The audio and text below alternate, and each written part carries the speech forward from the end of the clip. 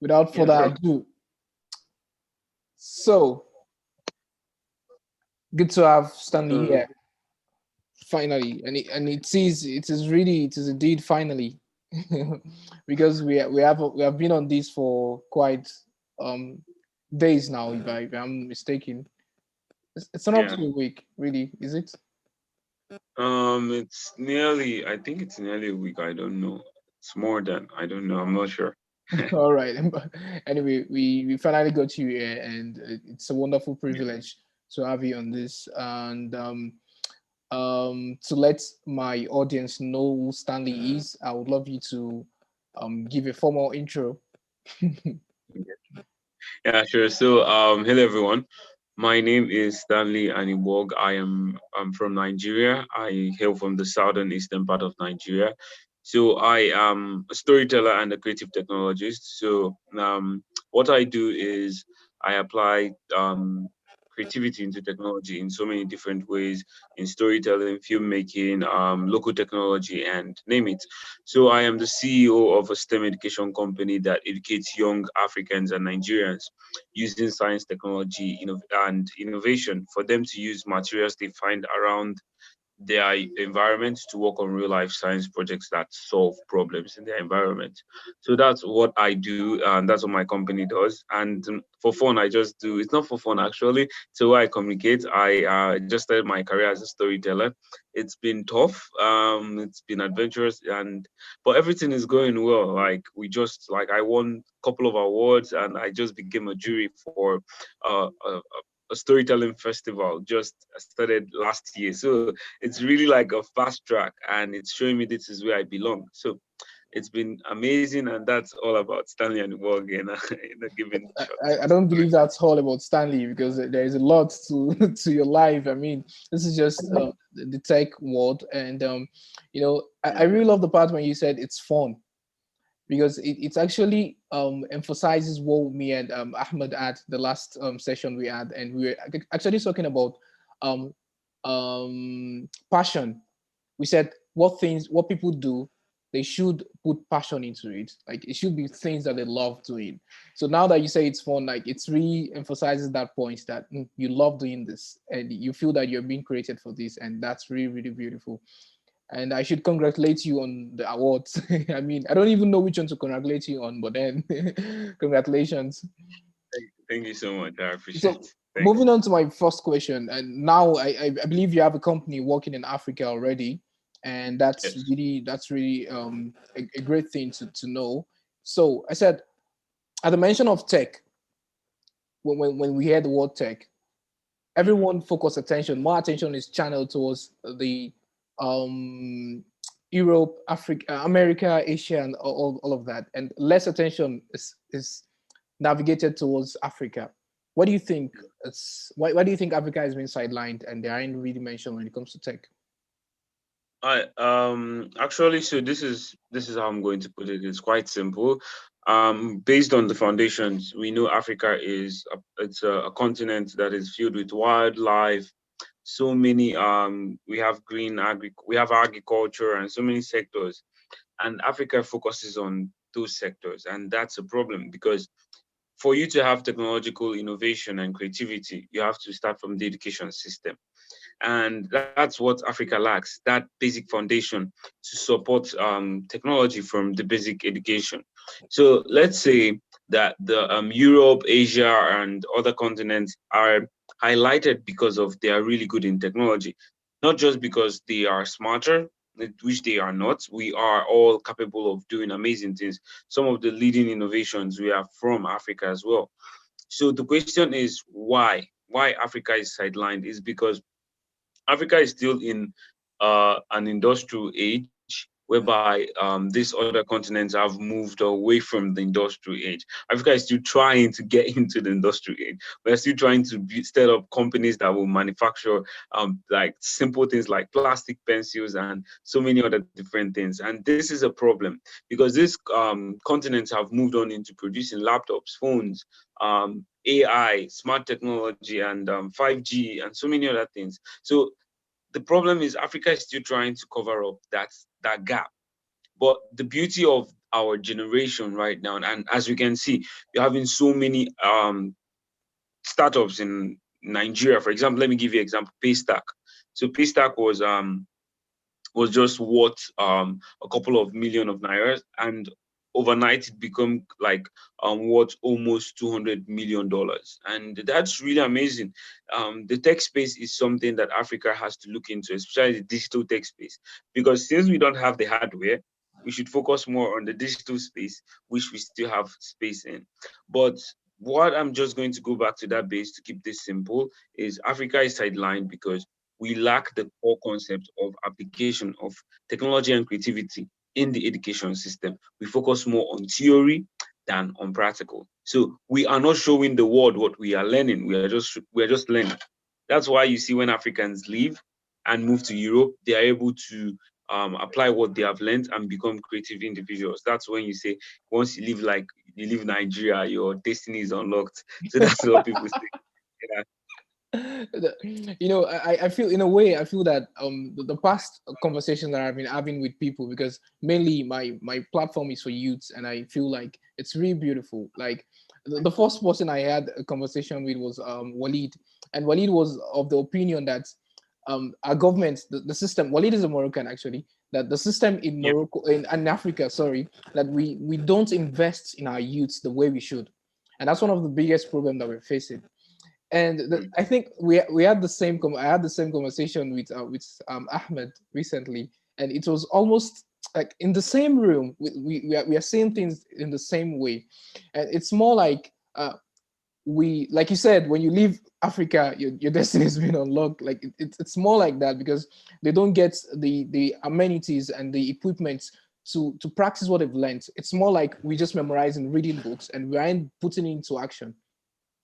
Oh, that's very beautiful. I hope that our government would be awake from their slumber and make things into effect and effect change. Yeah.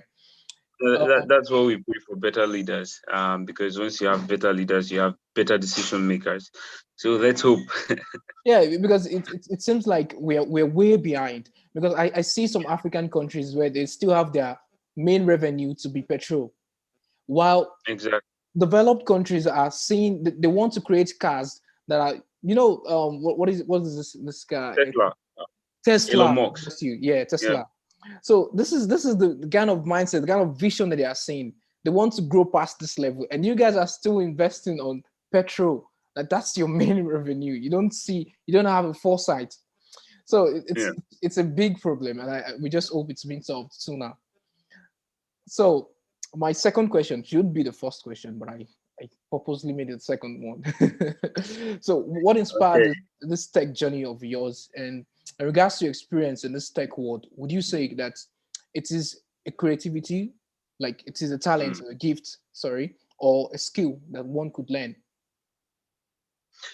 Okay, let me just put it in this way. So I'll answer how my tech journey began. So as a kid, I my parents always like kept us indoors, and we had to stay indoors. We don't have to go outside because of the situation of our environment. So staying inside, I had to go through books. My mom studied engineering, so she had this engineering books she always stacked. So I would be going through these books, simple circuits. I was like, okay, I want to make this with this. Then, but really, truly, truly, to be honest with you, what sparked that passion is me wanting to become a scientist like I see in the movies. So this is where movies like Iron Man, Captain America, this tech movies that have robots and people making projects. Like I remember this movie that I watched. I think it's To the Future. I've forgotten the name of that movie. It's a cartoon of Mid Robinsons. Yeah, that's the name of the cartoon about this kid that wants to become an inventor and change the world. So movies like those inspired me, but the journey was way more difficult before I decided, okay, this is what I want to literally or actually do. So the journey was hard, but what sparked that early passion was movies and stories of amazing people that have been before me, amazing inventors, and their stories of not giving up. So, but for you to decide, okay, I have that skill, I have that passion, not skill, I have that passion. What should I do with that passion? Some people let that. I've met so many people that be like, wow, you're doing this amazing thing. I wanted to do this. I wanted to do that. It's all I wanted to. You understand? But you There's a never did. difference between, yeah, you never did. So there's a difference between wanting to and doing. So Yeah. people that have passion, you have so many passionate people that once they see someone that will lead them, they are willing to do so many things. Some of my teammates, I met them, they didn't have the passion. They had the passion, they didn't have the will to move through. So some of my teammates needed someone like me to have the will to push them through.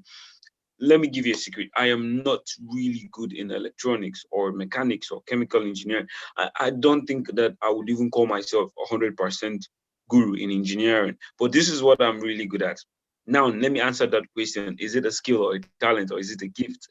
The truth is, it's all of them at the same time, and it's not none of them at the same time. So, creativity is something that is already in us. We are born creatives. Everyone is creative. When I hear someone tell me I'm a creative, I'm like, yeah, everybody's a creative You don't have to because claim it. everybody, yeah, everybody, yeah, everyone is creative. But only those that show the world what makes them unique are the ones that are identified as creatives.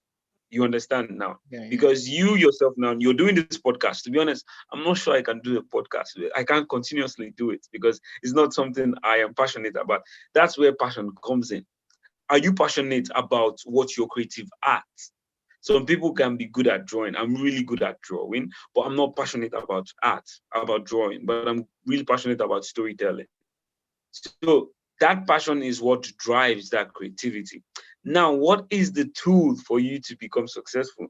That's the skill and the talent. That's what you acquire.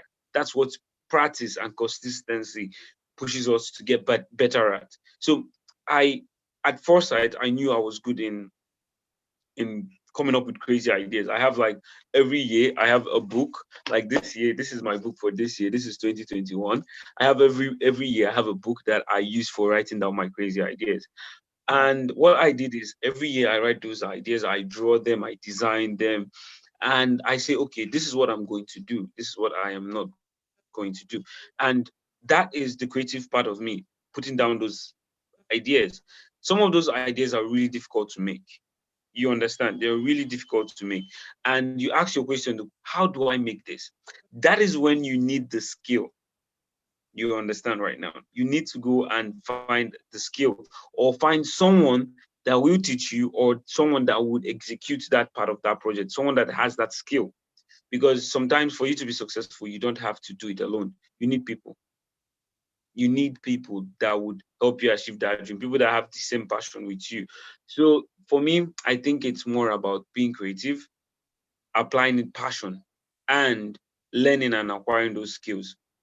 Being consistent is really important. Like keep on going, keep on going. You fail. Like I tell my friends that ask me, dude, how do you get access to all these awards? And how do you get so many awards like in a year? I'm like, I started something in 2018. Keep on going, keep on applying. I apply for nearly 75 ideas every year. I say this is the target of opportunities I want to apply. Even the ones I know that I might not be accepted, I'm like, let's just try it out. And the funny thing is, those ones that I said I'm not going to be accepted, those are the ones that end up being a champion or winning those awards. Because if you check my track record, the awards I win are like really, really big ones, and the little ones I apply for, I don't get selected.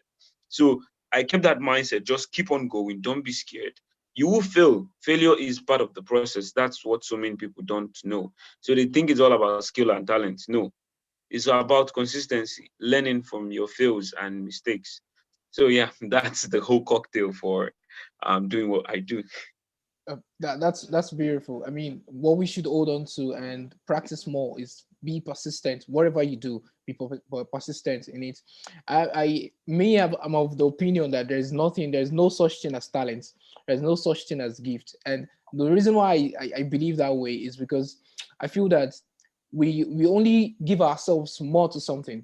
Let me take for instance now. I write. I'm a writer. I, I do graphic design. I do all of these things. So the thing I devote myself more to, that I do more often, okay, I write in the morning, I write in the afternoon. I love writing. Mhm. I do that more often, like persistence in the way you mentioned.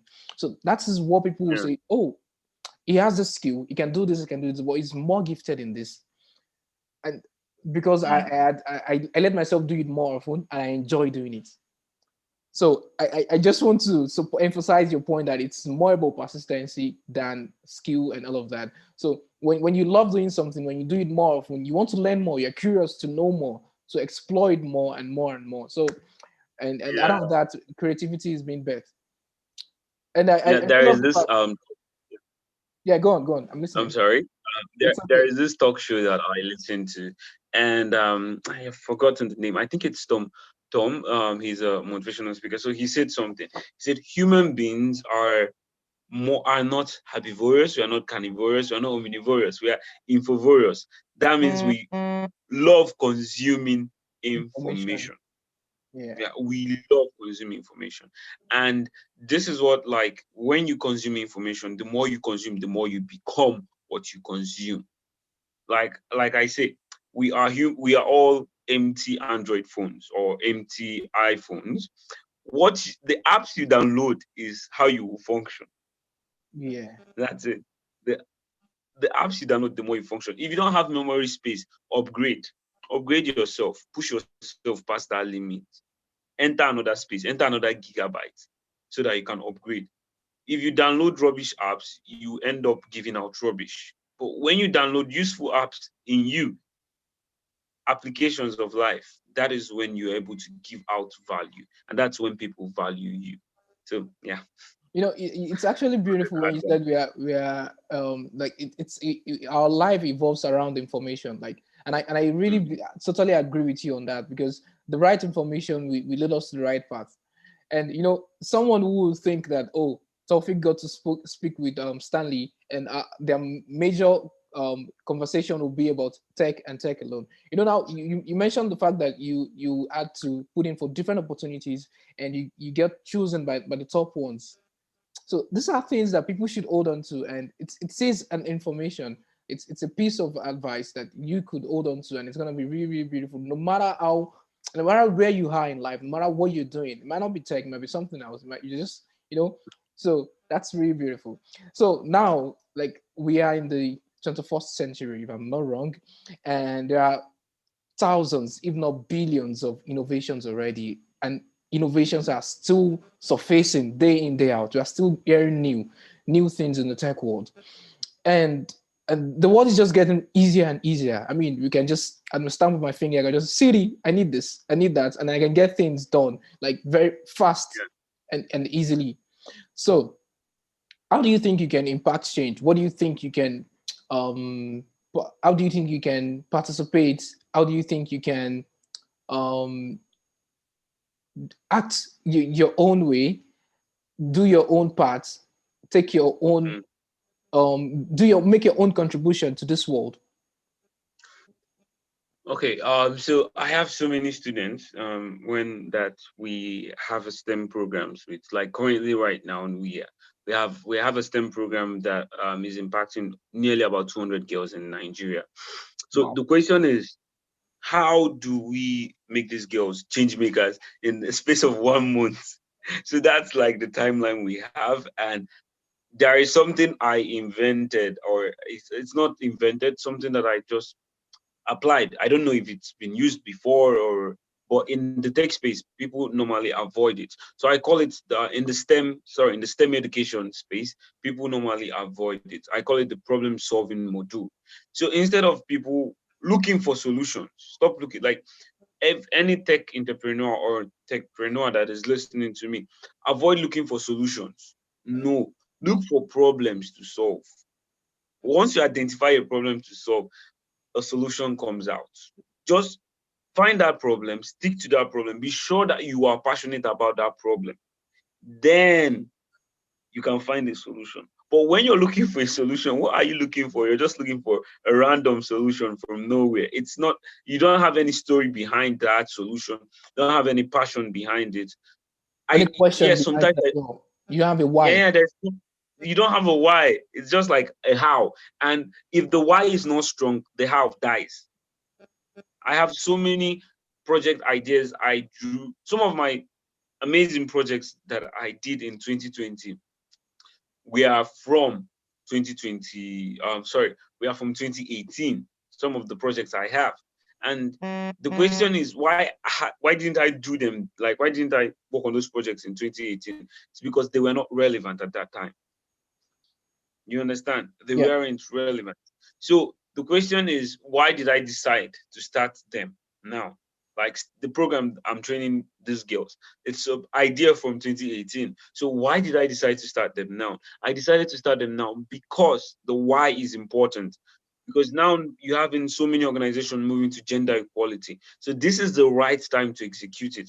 So the idea is find a problem, find the right time to execute that solution, because you see so many inventions way ahead of their time, like they are not meant to be used now. Some inventions that were made in 19 or 18 something will be used in 2050, and that's true. You have so many inventions that people regard as nothing now, but in the future they are going to be the top solutions or top gadgets that people will be using. So that's how the world of tech works. You have to just identify a problem, solve it at the right time, and execute it. All right. So you need to get the problem first, not find a solution, and find the right time to set it in place. That's beautiful. So so far, I mean, what are your challenges? What are things, the difficulties, the barricades ahead of you, things you faced, and as well, sometimes when you're creating things and you're progressing in things you do, it gets to a point where things don't really flow the way you want them to flow, and you get depressed or you get overwhelmed with the way things aren't really good, aren't going in the right way, the way you envision them. So what do you think fuels your zeal? What do you think keeps you going? Okay. I think This is that's two questions. That's two questions in yeah, one. yeah, yeah, yeah, yeah, yeah. I understand. Yeah. I'm just going to bring them together in with one answer. That takes us back to what we said earlier. Why, if your why is not strong, I like the point that you highlighted, that your why. If your why is not strong, you're not going to succeed. Because believe me, I am not going to lie. I'm going to be as open as possible. There are some points where you feel that, what am I doing? Why am I doing what I'm doing? Like, this is difficult. Why am I pushing myself to this limit? And here's the sad and bitter truth. When you're failing, you're saying, okay, if I succeed, I'll be happy. It's a lie. It's a big lie. When you succeed, that is when you see that yourself will activate another dream that you'll be pursuing. Yeah. Some of the goals that I set, for me to get selected for an international award or become a jury. For example, let me take the one, I'll become a jury in an international competition or stuff. I set that goal for when I'll be 35 years old. And I'm just 21 right now, and I achieved that. And the question is, okay, okay, are you for real?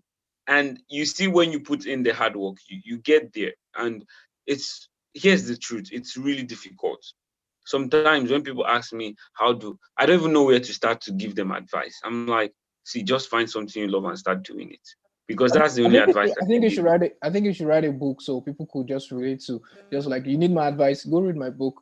Yeah, Yeah, yeah, yeah. I think I will write a book, but I'm still gathering more content. So the thing will be like it takes strong time. and nice and interesting. Exactly.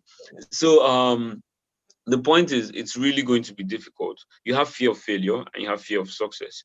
I think I have conquered that fear of failure.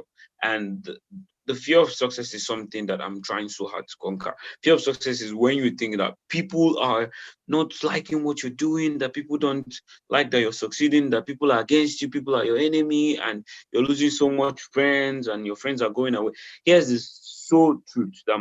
This is an advice from my mom. She said, when people think that you're doing much, just tell them you haven't started, that this is just the beginning. This And is it's true. Yeah, it is true. I'm just 21 and I'm doing all these things. And the question is this where am I going too fast? And the answer is, you're just starting. It's a process. But the truth is, you have to prevent depression and so many things. You have to enjoy that process. Be happy of what you're doing.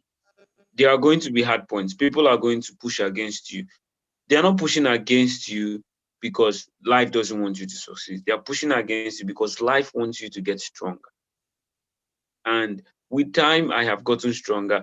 Believe me, when I enter some like a given space with some people, I feel like I'm the weird one. But here's the unique truth. Being weird is awesome because being weird means you're unique. It means that you are different from that set of people. You're And outstanding. you should learn. Yeah, you're outstanding, you're amazing, you're unique. People should learn to embrace that. They shouldn't try to camouflage into the people there. Some people will just try to put you down because they want you and them to be at the same level, and never do that. If you know you're unique and you know you have something to show or offer, show it to the world. Don't be scared, because only those that dare to show the world how unique they are rare. So be rare. That's what I always tell people. Be rare. So yeah. Only the people who are crazy enough about changing the world are the ones who do. I think I can't remember Yeah. who exact. I think it's Steve Jobs' words or someone, but Yeah, I think it's Steve Jobs, or people like always mix up quotes. I think it's either Steve Jobs or Stan Lee, the one that did the Marvel Spider-Man comics and stuff. So uh, yeah, I think it's between the two of them. Mm. so if I get you right, I think one of the things that keep you going is your mom saying that when you attain something, you just say this is the beginning, like you're just starting. Yeah, And yeah, actually, exactly. Yeah.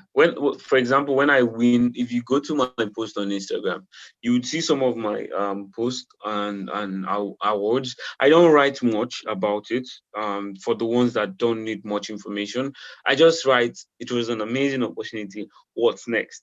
So that's what the next? question. Celebrate. Yeah, celebrate, but always remember that this is just the beginning. What's next? That's always what I tell myself. When I receive some email, I'll be like, wow, yes, this is amazing. Okay, next plan. That's it.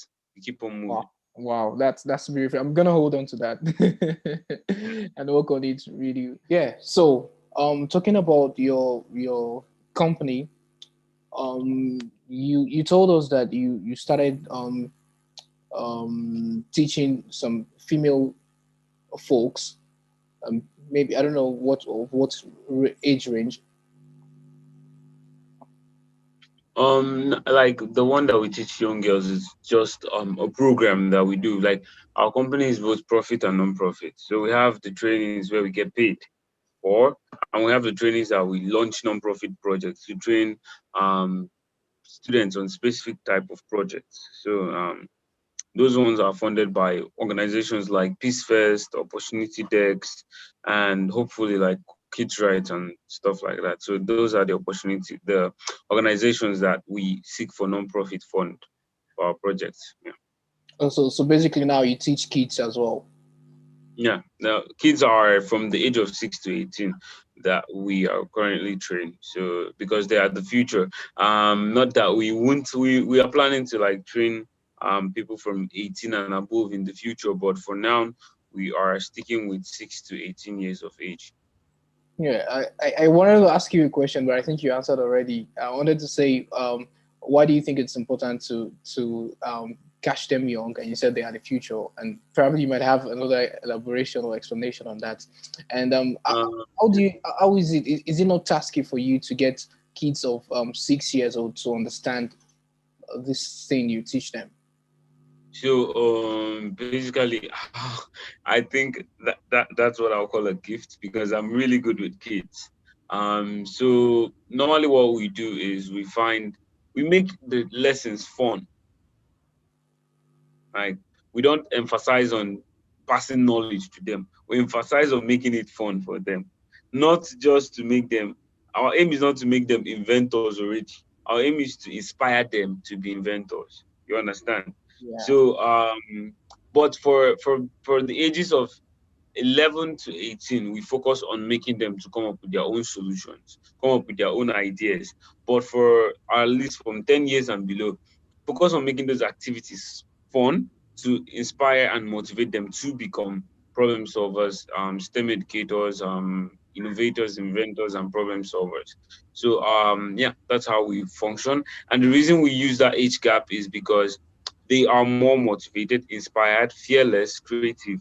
That's the age before the world tells them it's not possible. We catch them young, like you said, we catch them young so that they are able to believe, yes, we can, before the world tells them, no, you can't. So, yeah. Yeah, that's actually great. And like I said, I think I'm referring to my previous conversation with Ahmed more often, because it was more about focused on education. We are talking about education then, and one of the things we talked about was that kids should be exposed to all of this right from the earliest stage possible, because when they acquaint themselves with situation things like this type of settings, it's easier for them when they grow older. Like they tend to enjoy it more since they've been learning with joy. You said you make them enjoy it, you teach them with fun, and they see themselves in that field. So when they create things with passion, they create things with love, with enthusiasm. They enjoy doing it. So Exactly. we Yeah. hope to see maybe another Mark Zuckerberg out of the kids, maybe nearest future. Yeah. Yeah, that's what I tell my team. I rather have one of my students become the next inventor of the century of Africa than seeing myself becoming that inventor, because I would feel um, more fulfilled that I was able to inspire or impact someone to become that great person. Because you can be great, you can be successful. It's easy. Like, it's not easy, but it's easier to be successful. And then put it like this: it's easier to be successful than to inspire or impact someone else to be successful. It's Yeah. way difficult to inspire people. But if you can inspire people with your success and with the knowledge you have, then you can be successful over and over and over again without any doubt. Yes. It's a big work on its own to inspire other people to be successful. I mean, it's not everyone who is capable of not everyone is capable of doing that. When me being a professional, or me being able to create something, that is me, that is my own personal life. So Yes. it involves the act of being selfless, to want to inspire others, to want to teach others, to want to motivate others, to want to guide others. So all of this, it's another skill on its own. So if one is fortunate to be able to merge between the two, to be a creative yourself and to be able to inspire others and impact change in other people, I mean, that is plus. Yeah. So there is a saying that it is always exciting acquiring a new skill, but when the attention wears off very soon, like very quickly, when you start something new, you get really, really interested about it. But in a very short period of time, it wears off, and you don't get yourself loving or wanting to do the things like the kind of zeal you started with would go down. What do you think about that saying? Is it I think it traces back to what we said earlier: passion. If you don't have passion for something, it's not going to last. Believe me. If it lasts, then you're just lucky. And luck is just 1% of everything that we do in life. If you don't have passion for something, you're not going to be happy. Two, you're not going to like, we humans think that, like, some people think that money is the end goal, but money is just a tool. And some people make money a dream instead of a tool towards a dream. So when you get that money, you lack that fulfillment. And that goes for the same thing that you're saying right now. People get bored, or people give up on a dream when they don't have the passion. They just want to do it for doing sake, or because their neighbor is doing it, or their friend is doing it, or because they think they are good in it. For example, I was studying full-time engineering, and I thought, because I think I'm good in engineering because I work on inventions. But actually, that's not what fulfills me. That's not what fits my soul. You understand? So this is the concept that people always make mistakes. And some of us are lucky to identify that on time. And some of us are really not lucky, because at the time we identify that this is not meant for us, it's already it's a late bit already? late. But yeah, but what I always believe is, I don't think it's ever late. So many people have their time of KFC at the age of 65. Come on. I know so many people that at the age of 50 or at the age of 40, they're like, I give up. My life is already miserable. I'm not meant to be great.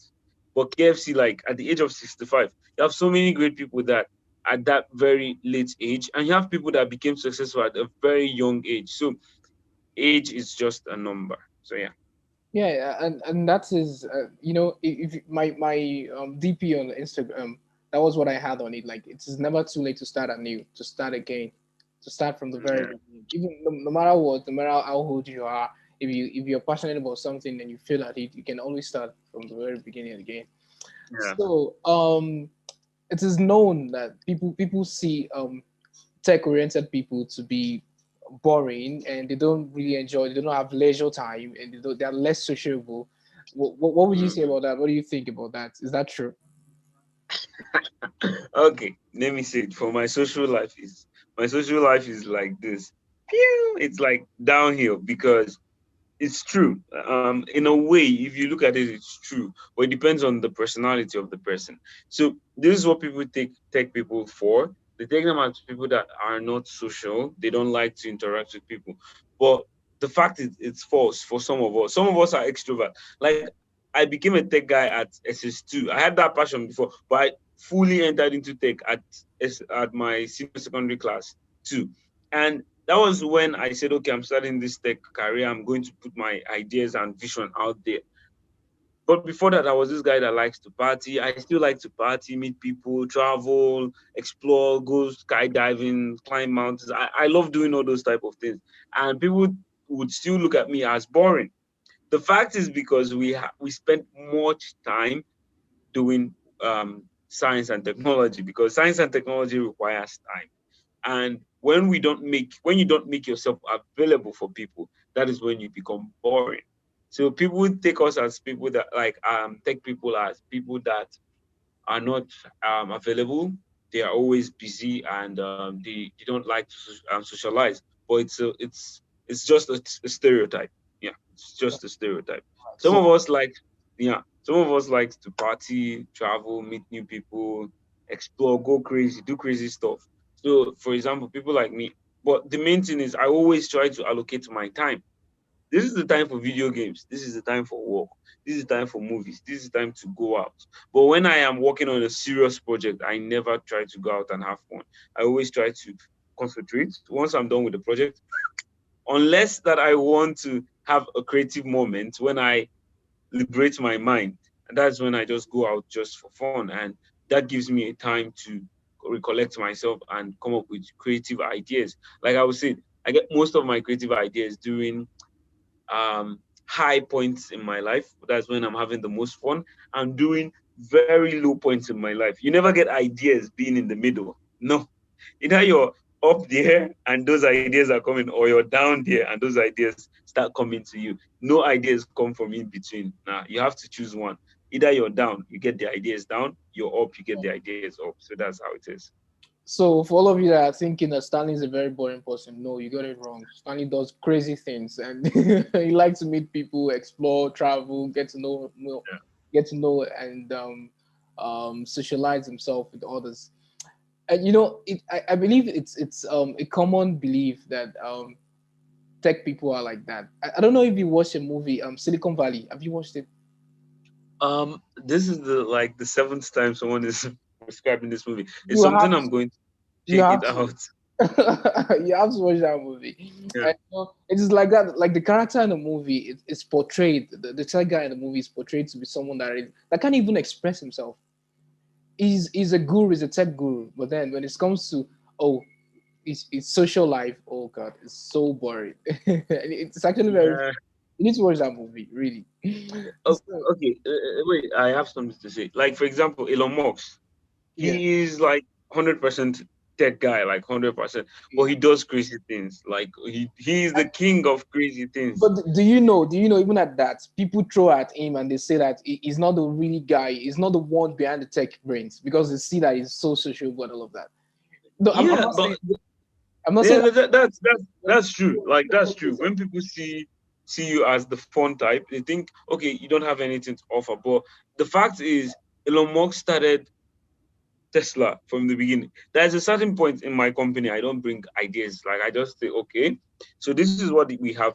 As a CEO, what your job is to accept these ideas, push the ideas, make sure that they get funds, make sure that everything. So even if people say he's not the one behind the tech ideas, he is the one driving the truck with the tech ideas. Without him, the tech ideas are not moving anywhere. It, So it could even be. if It people could be. see that, I yeah, think they're just getting it wrong because maybe they're trying to compare him to the like of Zuckerberg, or Mark Zuckerberg. You know, it's not the kind of guy. But then, what would they say about what is this guy? Oh my God, Steve Jobs. Steve Jobs is a motivation on his own. Steve Jobs is very yeah, outspoken, and so people just people always talk no matter what you do. So yeah, that's yeah, that's true. No matter what you do, people are always going to have their opinions, yeah. and it's for you to take them or to leave them. Yeah. So, so far we have, like I said before, that this is the 21st century, and we are running out of counts, or are running out of numbers. The innovations that we're having already, the inventions that we're having in this century. I mean, it's mind blowing. So, and as these things comes, like as they approach us, a lot of people are losing their job. Things are just happening in this realm. Like now that we're having cars, automated cars that we don't even need to drive ourselves. We don't even need a driver. We don't need to hire a driver. A lot of works out there that we just robots, AI will just finish it for us. So what do you see? What's the way forward now for the common man? Okay. The truth is, so many 50% of the workforce is going to lose their jobs by 2050. And the reason for this is the fast track of AI and 5G as well is going to enable AI to get there faster.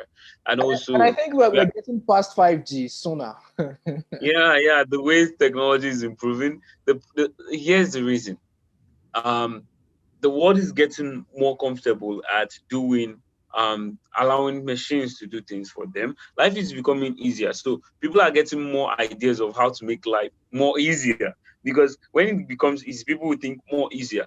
If people see it's more easier, they make it very, very, very more easier. Like I don't know how the grammar goes, but people would always want to make it easier, and it keeps on getting easier. For example, in 2010 or 2007, 8, 9, 10, you still had helicopters with cameramen taking aerial shots of movies. But just within that 10 years, of 2010 to 2020, almost all the cameramen and the helicopter drivers that take air shots of movies lost their jobs to drones. To drones. Now, the factor behind this is because people found a way to make taking aerial shots cheaper and easier. Now you just have to fly a drone with a control pad. You don't need fuel for the helicopter. You don't need to hire a helicopter. You don't need to pay the cameraman, and so many other things. And the insurance policy will be like the insurance you take in case if anything happens to the helicopter, or the the the cameraman. You don't have to take those policies again. The drone covers Easy and everything and it's takes very easy yeah now. more precise shots. But here's the question that should answer the question: what happens to the common man? The common man should get those skills to learn how to make those drones, to Yeah. learn how to fly those drones. Because you have a difference between a simple person flying a drone and a professional creative person flying a drone. There are two different types. For me, I can move a drone up and down, left and right, but I can't take those beautiful shots with those drones. You still need a level of skill and creativity to take those really creative shots while flying the drone. So I think people should really get what you call the 21st century skills: critical thinking, problem solving. Foresight. Those are foresight, creativity, having communications. Let me tell you, people are going to lose their jobs, but there are some jobs that are steady that will not be ever lost. Music, um, cinema, theater. Those are jobs that robots can't 100% replace human beings, because you need emotion. Stanley, I'm sorry to cut you there, but they are creating robots now that will make music. I'm really serious about this. Yes, Robots make there is. music and they would fit into characters and make movies for us that we watch. Watch out soon. Before in the I next, know, I know those are possible, but that's what I'm it's saying. not For that now, possible. They are into creation now.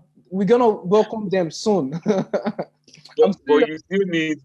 I understand, but you still need human beings to write those stories.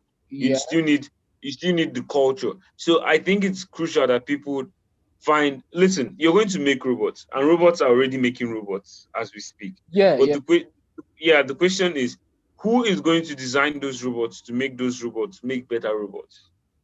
Robots themselves. Robots will Yeah, still.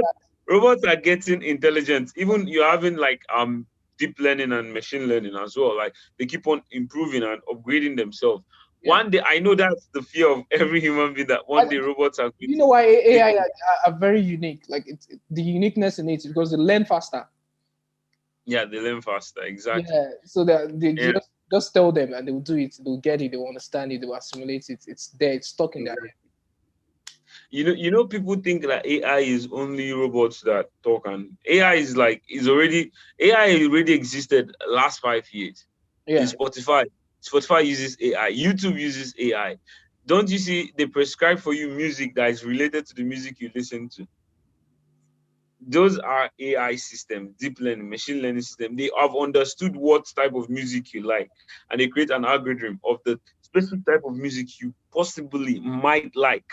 And sometimes you find yourself loving those music that they prescribe for you, those playlists that Spotify creates for you or YouTube creates for you. They So studied you already. You know what you want. yeah, what you want. So the fact is, people are going to lose their jobs, but I think it's best that people get those skills that they can use to survive the future workforce. And that's what one of the visions we focus on ArtecHubs, to make sure that we prepare students to have the ability to create jobs instead of look for jobs. Yeah. Because the world is going to need more job creators than more people that are looking for jobs. If all of us could create jobs for people, we would see machines not even being able to fill the gaps of all those jobs. It's not. It's going to take time before we get there. It's going to take a lot of. When I mean a lot of time, before machines will take, robots will take all our jobs. Nah, it's going to be a very very long time, especially here in Africa. It hasn't even started. Like we haven't even crossed over to that phase yet. So for now, the advice I would give to people is learn those core skills that you need to survive in the 21st century, because we are going to live where I'm not sure so many of us are going to move into the 22nd century. So let us focus on getting those 21st century skills while we are still around, and be sure that we're able to survive no matter how the workforce changes. For example, I create opportunities for myself with the ecosystem already existing. I'm able to adapt. But when I am waiting for someone to employ me, I am moved around. Like the ecosystem moves me around up and down. I can't adapt. I just keep on moving with the flow. So the aim is for Africans, or generally everyone, to adapt to that workforce, not being scared. Like robots are not just going to, they're going to take that. I know, like I've had so many interviews, people ask me, do you think that robots will take over human beings? And it's always funny to answer. But the fact is, I'm not sure robots will take over human beings. It will take time. You still need human beings to guide those robots and those machines. Yes. Anyway, I'll disagree that we're gonna be needing human beings to control them in the future. Anyway, but then let's just agree now and let's leave it that way. But really, if I get you right, well, everyone should be prepared for that. We should be ready, And this has happened over times, even to tech companies before, that they weren't prepared for the future. Companies like Nokia, the likes, like BlackBerry and all of that, like they weren't prepared for what's gonna happen, and it got them unaware, unprepared for. And this is, everyone know their story now, so we shouldn't even have to go back to that. So most importantly, we should get prepared. And now again, it's related to my previous conversation with Ahmed, that the educational system, if the educational system remains the way it is right now, I don't see people fitting into that society that is coming in the future, because it is still the same way they are being taught, read books and write exams and have certificates. What isn't working that way anymore. But No. anyway, let's just hope for the change, for the better. um Yeah. so I think it's more that we've been into tech and talking about tech, and Stanley is human before being a tech man. Yeah. So if you're asked to choose a superpower that will solve a global challenge or a global problem, what would Mm. you choose? What problem would you love to solve? Okay. Is it the superpower I would want, or the problem I would love to solve? I think if we know the superpower you would want, we would also know the problem you want to solve. Okay, I will be greedy here because the superpower, like I always have this conversation with my siblings. Like we sit down and we're like, what power would you want to have? And my brother would say flight, my sister would say super speed, super strength, and I would always say super intelligence, like the ability to calculate and the ability to of perception and like seeing things and knowing how they will occur and finding a solution towards it. Like probably a superpower problem solver. So the first problem I would solve, or if I had that super intellect as a power, the first problem I would want to solve is global hunger. Mm. That's a problem I would solve. Global hunger. I would try my very best to eradicate hunger because this is a problem that no matter how hard you try to solve it, you're always going to have someone that is hungry. They said out of 100 children, you have 70 of them not being fed well over the world. And this is it's a huge number. It's a huge number. And this is a problem that I sometimes when I see videos online, it's really, really agonizing to know that I'm able to have leftover food and someone else doesn't even have a What's drop of rice to put in their mouth. So yeah, it's really, really, really difficult. I wish I could have a project around in the future. I am definitely going to become a philanthropist if I when I become successful, not if I will become successful. So this is why I'm working hard so that I'm able to give back to the world and change the world in every little way I can. So hunger is a problem that I would want to solve. I know people see me and they see probably he wants to become like Elon Musk or nah, I don't want to become like any of those guys. I actually want to become me, Stanley Anigbogu. This guy that becomes successful, travels the world, change people's life, tell stories, make films that will really impact people and show people how the world and what people are going through. So this is something that I feed really the want to pauper do. Yeah. and Hmm? feed the pauper, the needy as well. You want to feed, Yeah. yeah. And I think Exactly. it's something we should be ashamed of. Like now that the world is like this with this advancement in the world now, with everything we have in our capacity, like it's really really shameful that we still have people in our midst that are very hungry. I mean, anyway, what can we do? We just hope for the best. And so that brings me to my last question. I think we've taken much of your time already, and it's almost, oh my god. No So problem. it's like a ritual on this on my show. I like to ask people Mm. their own definition of love, how they see love. I feel that everyone has their own unique way of defining love. So to you, Stanley, how do you define love? Okay, this is a really, really, really, really tough question. So basically, I define things with the view of or the certain topic that we are talking about. So I'm going to put this in context of love as humanity generally as a human. What is love to me? So love is having the ability to understand. First of all, understand, communicate, and show appreciation and passion towards some something, a topic, an event, or someone. So it's the ability to be selfless, not thinking about your own personal gain. For me, that's love. That's what love is for me. So to you, if I understand very well, to you, Mm. love is selflessness. Simply, Yeah, love is being selfless. Yeah. wow, wow, that's beautiful, and it's a wonderful show. It's really, really great to have you around. I'm really, really, really happy and privileged to have you on this. And I wish you all the best. And we are proud of you. Thank We, you so much. we Nigerians are really proud of you. Africa is proud of you, and you should just keep doing what you're doing. And I don't think I need to remind you of all of this. You just told us that persistence is the key. So I believe you still keep on doing. And I wish. Yeah, I think everyone needs advice. I still take advice. Like this advice, I really appreciate, and it's an honor for me to be here as well. Like it means a lot that I'm able to share my voice, no matter how much or how little I can, and inspire other people to stand up and do what they want to do. Yeah. All So I right. appreciate. No problem. We'd love to see you in the country when you're back, and you love to. I don't want you. I don't mean for you to go. Bye. Have a nice day, guys.